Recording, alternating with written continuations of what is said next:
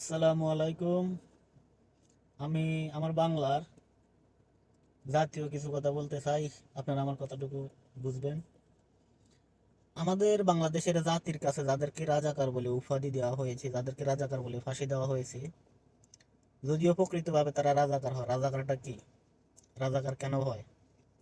যেমন গতকাল 5ই আগস্ট বাংলাদেশ দ্বিতীয়বারের মতন স্বাধীন হওয়ার পর আমাদের দেশের নির্যাতিত যে লোকগুলো ছিল, ওই লোকগুলোই হয়তো কিছু কিছু জায়গা ভাঙচুর এসে করছে, কিন্তু তারা নির্যাতিত হওয়ার পরে, বহুত ধৈর্য ধরার পরে, তাদের স্বাধীনতা ফিরে পাওয়ার পর তারা নিজেকে আর কন্ট্রোল করতে পারে নাই। তাই তারা হয়তো হালকা একটু ওয়াশ দিয়েছে। 1971 সালেও ঠিক আমার ধারণা থেকে বলতেছি, ঠিক এখন যে এরকম পরিস্থিতি হয়েছিল, 1971 সালেও ঠিক এমন পরিস্থিতি হয়েছে। অত্যাচারীরা ওই জনগণের উপর, সাধারণ মানুষের উপর যেরকম অত্যাচার করছে, সাধারণ মানুষ বহুত সহ্য করার পর যখন আনন্দ উল্লাস হওয়ার সময় পাইছে, তখনই তারা অত্যাচারের জন্য নিজেকে কন্ট্রোল না করতে পারে কিছু হালকা ওয়াশ দিয়েছে।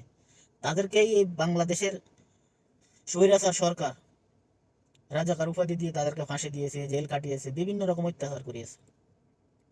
কেউ দেশের ঊর্ধ্বে না, সবাই দেশের পক্ষে, দেশের বিরোধী কেউ না।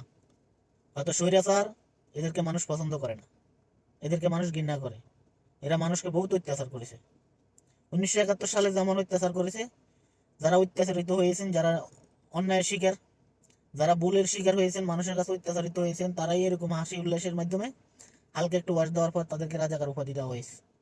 যেমন আমার ছাত্র ভাইরা নিজেদের জীবন দিয়ে, রক্ত দিয়ে, কঠোর পরিশ্রম করে দেশকে পুনরায় স্বাধীন করেছে, কিন্তু আমরা সাধারণ মানুষ নিজের এলাকার লোকদেরকেই হালকা একটু ওয়াশ দিয়ে দিছে। সবাই দেয় নাই, যারা অত্যাচারিত হয়েছে, যারা অত্যাচারের শিকার হয়েছে, তারাই হালকা ওয়াশ দিয়ে দিছে যত সম্ভব।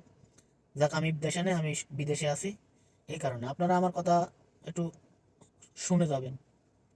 1971 সালেও ঠিক এরকম হয়েছে।